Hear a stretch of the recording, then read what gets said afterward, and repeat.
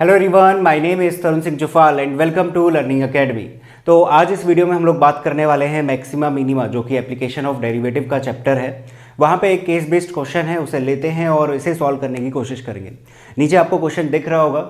यहाँ पे हमसे कहता है कि एक स्फेयर है जिसके की रेडियस स्मॉल आर है और उसके अंदर एक कोन रखा गया है जिसका कि वॉल्यूम क्या रहने वाला है, मैक्सिमम रहने वाला है। उसी से रिलेटेड हमसे 5 क्वेश्चन पूछता है, 2 मैंने यहाँ पे लिखे हैं, बाकी हम अटेम्प्ट करेंगे। पहला क्वेश्चन है, पहले क्वेश्चन देख लेंगे, उसके बाद हम देखेंगे क्या क्या चीज़ें हमें फाइंड करनी है। तो पहले क्वेश्चन में जस्ट हमें मांग रहा है कि वॉल्यूम ऑफ कोन जो हमें निकलेगा यहाँ से इस पूरी फिगर से वो कितना होगा। अब ऑप्शन में अगर देखोगे तो हमेशा हमारे पास क्या ऑप्शन देखने चाहिए पहले और उसके बाद क्वेश्चन अटेम्प्ट करना शुरू करना। ऑप्शन में सब कुछ हमारे पास एच और आर के बीच में रिलेशन गिवन है। एक चीज़ पहले ही बता दूं, ये जो स्मॉल आर है ना, ये एज अ कांस्टेंट का काम करेगा क्योंकि ये चीज़ हमें गिवन है। वो कह रहा है कि स्फेयर जो है वो गिवन है, यानी कि आर उसकी कांस्टेंट वैल्यू रहने वाली है, वो चेंज नहीं होने वाली। तो यानी कि अगर आपको सिंगल आर कहीं पे भी दिखेगा तो एज अ कांस्टेंट ट्रीट करना और उसका डेरिवेटिव 0 मिलेगा। तो एक ये चीज़ नोट करने वाली थी। बाकी सब कुछ हमारे पास क्या है, एच और आर के बीच में रिलेशन है। अब क्वेश्चन करना शुरू करते हैं।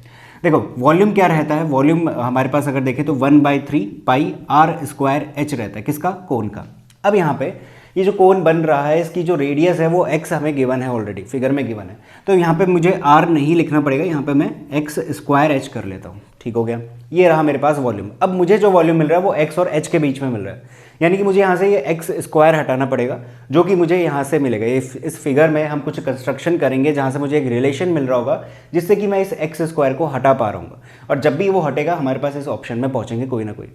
इन ऑप्शंस को करने का एक और तरीका वो अभी आखिरी में बताऊंगा, वो डायरेक्ट है, वहाँ पे आपको कुछ नहीं करना, आपको ये सारी चीज़ों से आप बच सकते हो और सीधे आंसर का जो टिक है वो लगा सकते हो ऑप्शन नंबर ए पे। अभी मैं क्यों बता रहा हूँ देखना।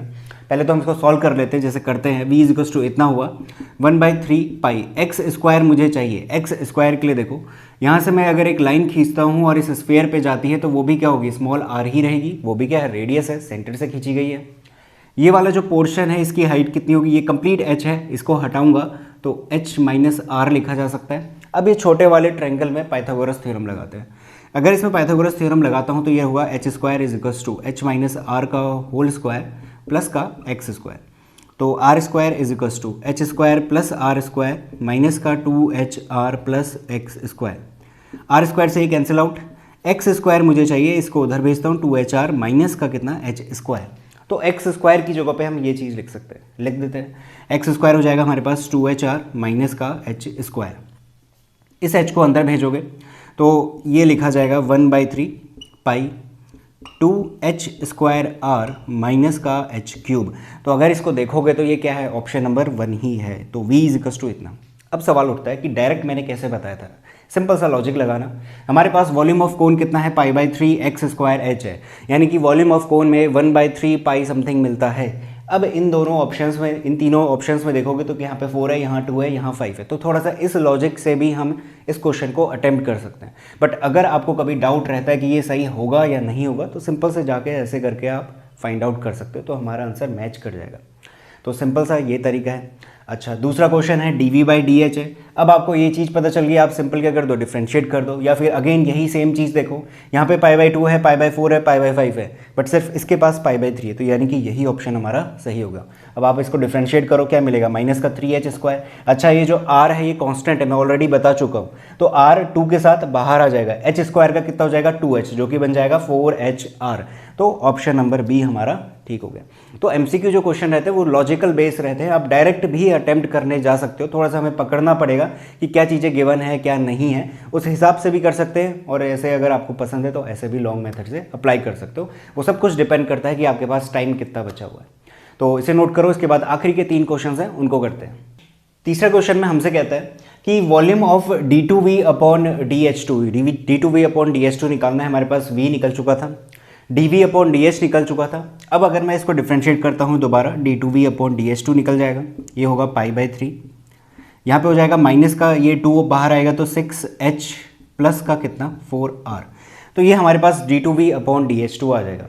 बट यहाँ पे देखो हमारे पास ऑप्शन में जो अवेलेबल है उसमें सब कुछ जो भी दिख रहा है मुझे पाई और आर के बीच में दिख रहा है, यानी h वाली टर्म्स मिसिंग है इसमें, बट यहाँ पे मुझे h टर्म दिख रही है। तो यानी कि हमें इसे कन्वर्ट करना पड़ेगा, किसे, इस h को कुछ ऐसी वैल्यू रखनी पड़ेगी जो कि सिर्फ r के रिस्पेक्ट में होगी, और अगर वो रख दी जाएगी तो कंप्लीट जो भी हमारे पास है वो कुछ इनमें से एक ऑप्शन बन जाएगा। तो देखते हैं करेंगे कैसे।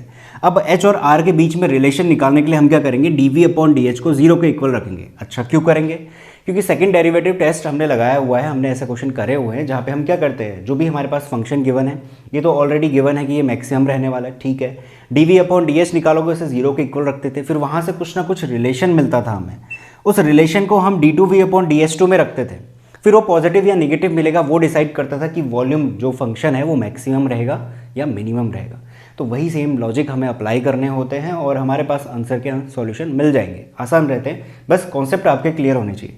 तो dv/dh है, इसको 0 के इक्वल रखा, π/3 कंप्लीट उधर जाएगा, 0 हो जाएगा, तो ये हो जाएगा -3h² is equals to -4hr, minus से ये कैंसिल आउट, h से एक कैंसिल आउट, तो ये हो गया 3h इज इक्वल्स टू कितना 4r। तो मेरे पास जो रिलेशन मिल रहा है वो ये मिल रहा है 3h इज इक्वल्स टू कितना 4r, ठीक हो गया।